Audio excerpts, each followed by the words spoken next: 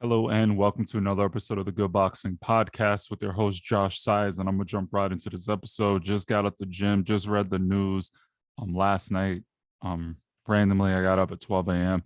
But how unfortunate is it for Triple G? Truthfully, Gennady Golovkin, one of the most prolific power punchers of our era, and perhaps ever, honestly, the one punch power of Triple G is daunting to say the least. However, Triple G never really got the bag, as people call it, or the payday that he's truly ever wanted. He seems to have fumbled numerous opportunities in his career. He is a fan friendly fighter. People love to see him. And after the second Canelo fight, he did try to make a difference in terms of his boxing style, bringing in Adam Booth, or is it? No, I'm sorry, Jonathan Banks into the camp.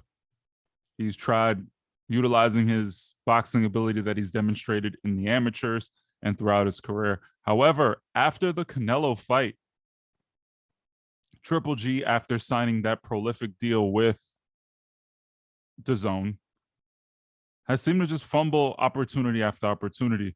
You guys remember when he split with Abel Sanchez, it was primarily over the fact that he did not want to give more than a certain percentage to Abel Sanchez after receiving a really lucrative deal. It was time for Abel to cash out and essentially retire. However, Triple G decided to go in a different direction and keep the money.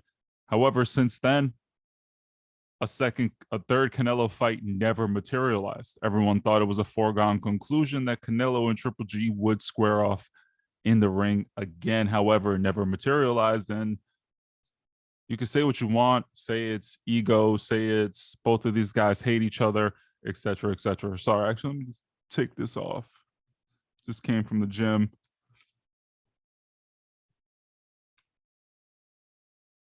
So at that point, you would think, oh, Triple G, just move on. He's fought other people.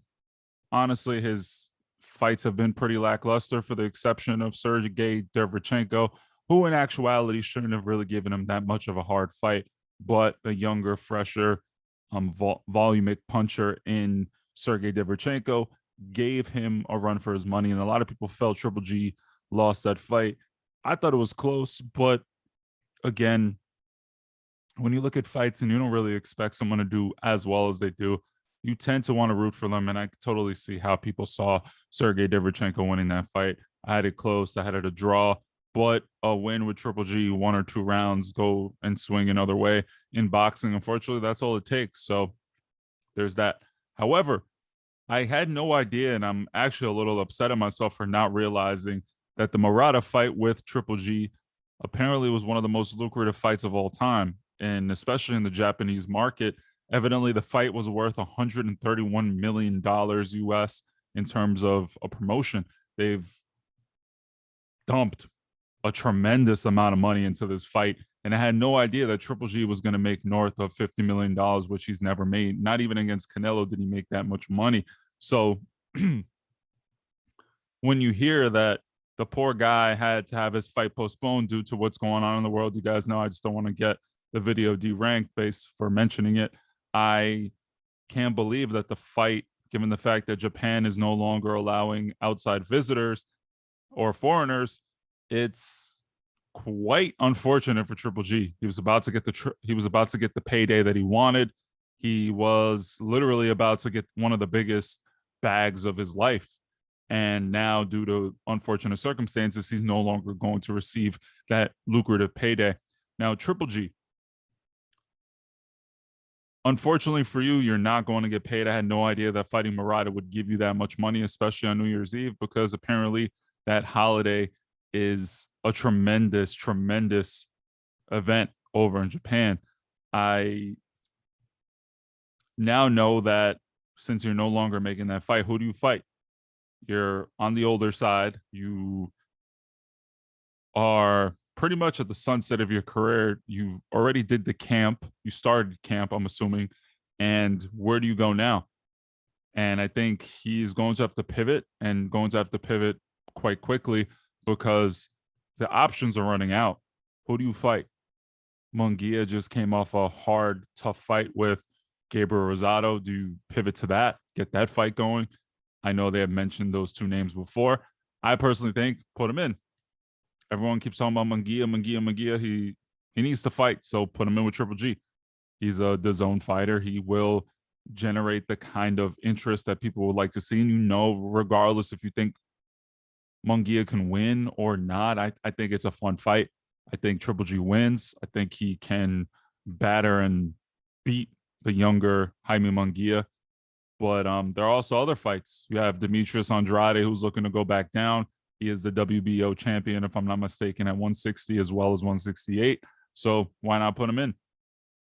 Triple G and Demetrius Andrade, truthfully, haven't had a meaningful fight where you can honestly say that you go into the fight thinking who's going to win. It's a coin flip. For Triple G, it was against Canelo. We didn't know what he was going to do in the second fight. We didn't expect Canelo to come out and batter Triple G with superior hand speed and beat him to the punch and basically get an upset. Demetrius Andrade hasn't had a meaningful fight. Personally, I hate saying this, but ever, honestly, like when you really look at it, have you ever gone into a Demetrius Andrade fight thinking, oh, so-and-so is going to lose against him? You've had challenges. Liam Williams was supposed to give him a challenge. He didn't. I mean, he put pressure and it was a fun fight while it was a wide decision. It wasn't the challenge we want to see. It wasn't the Charlo. It wasn't the Triple G fight. It wasn't a Canelo fight. It wasn't even a Billy Joe Saunders and Andrade fight. So maybe he should step up. But it's really, really unfortunate to hear that he's no longer going to get the well-deserved payday that he was promised, because there aren't that many $50 million fights out there. Don't let people basically warp or skew your view of what $50 million is. I mean, that's a phenomenal fight. I don't think Canelo made 50 fighting his last competitor, Caleb Plant. So the numbers that Mayweather and Pacquiao and other astronomical superstars have made, don't let that skew your view of how much money that is. It's really, really unfortunate. I wonder what he's going to do, because Triple G, again, is getting long in the tooth. He has looked susceptible. It looks like he's not the same fighter. Sharametsa, I'm not going to sit here and use that as a barometer for how talented and how much Triple G has left in the tank, because Sharametsa, as you saw when he fought Jaime Munguia, isn't a world-class fighter. But that's the episode for today. Let me know how you guys feel. Who should Triple G fight now? At this point, he's not fighting Murata. So should he fight Triple G? I mean, Triple G, should he fight Munguia? Should he fight Andrade? Maybe you get a Charlo fight. That's not going to happen. But 160 is once again interesting, because there is no 100% dominant fighter in the division. I don't think Canelo will go down. That would be another fun fight for Canelo. It's pretty much easy pickings in my opinion, but they're talking about going up. I don't know what's going on, but yeah, that's the episode for today. Let me know what you guys think. Don't forget to hit that subscribe button, like, and if you're on Spotify, hit that follow button. I am posting these more frequent, and yeah, I really, really enjoy doing what I've been doing lately. I feel it again. I'm starting to find that flow and that rhythm, and my voice has been a little shot and been sick, etc. But yeah, we're back. Let's go. Be well.